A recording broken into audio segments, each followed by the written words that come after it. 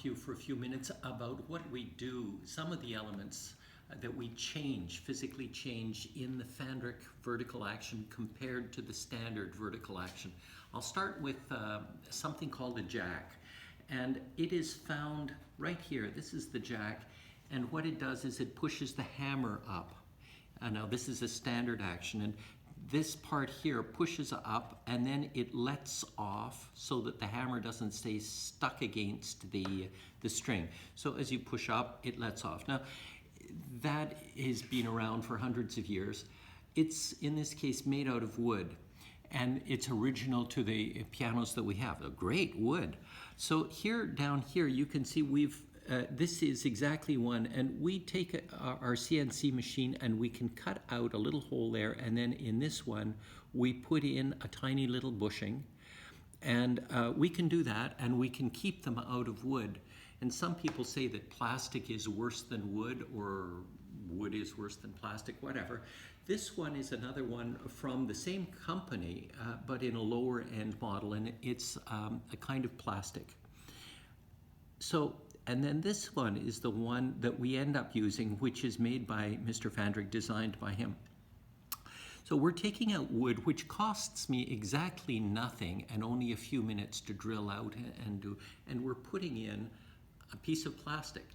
Would we make something worse for costing us more? And the answer obviously is no. So that's our opinion as to whether the plastic or the wood is better. The feel has been modified. There's less wear, there's the right friction. These parts are right. Some plastic is actually not very nice, but this one is great. The second thing that I want to talk to you about is the hammer butt. Now in the standard upright, this is the hammer butt. The hammer is up here, hits the string, and this is the hammer butt. And this complete configuration has been changed. This is the standard, and if you look, you can see what it looks like there. And now I'll show you down here what an original Fandrich looks like. You can see it's quite different. And he got his inspiration from, this is a grand piano shank, and the jack would sit there and push up there in a grand piano, and this is called a knuckle. So he decided, there's no knuckle in an upright, he decided to put one in his piano. This is what they look like. They're very high tech, actually. It's kind of crazy, but they are. And what we have to do is drill this out, which I'll show you in a moment, and then we have to insert these like that, and then and they go in those holes, and then we build the whole thing up. So these are all different butts in different undress stage, and we're busy dressing them up to get them ready to go back in a piano. So have a look at this CNC of how we drill out the butt.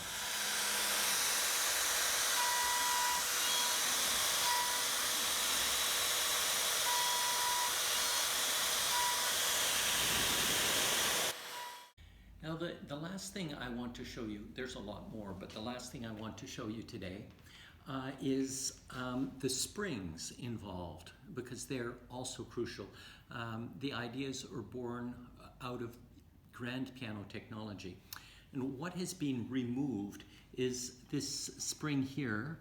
That's gone in the Fandrich Action. That only moves the jack in place. But as you can see, it doesn't have any effect on the butt. It doesn't touch the butt. It's independent entirely.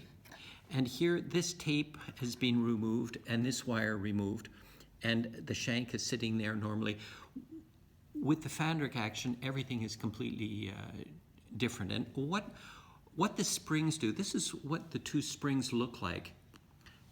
Roughly speaking, 90 degrees with two little feet and tiny little bumps in them, and they go into tiny little bushings which are found there and there.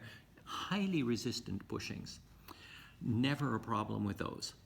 And that goes here between this little arm there and the middle there. So this is replaced by a repetition spring. Now I'll show you how it acts in the piano. As the piano goes forward, it advances, and the jack pushes off like that and pushes up, and I don't know whether you can see the springiness of that, and it actually pushes the hammer forward, springs it back into position, ready to reset and play, which is exactly what happens in a grand. So this has the function of not only letting off, but also resetting. And in order to get the tension right, so that the hammer returns with the right weight or advances with the right weight under your fingers, this hammer return spring is in play, and that has to be fastened to a rail which the tension right, so that the hammer returns with the right weight or advances with the right weight under your fingers. This hammer return spring is in play, and that has to be fastened to a rail which we manufacture, which replaces these tiny little rails. So we put in a much more solid rail. And those are the major three elements within the piano that have to be done in our shop, manufacturing differences.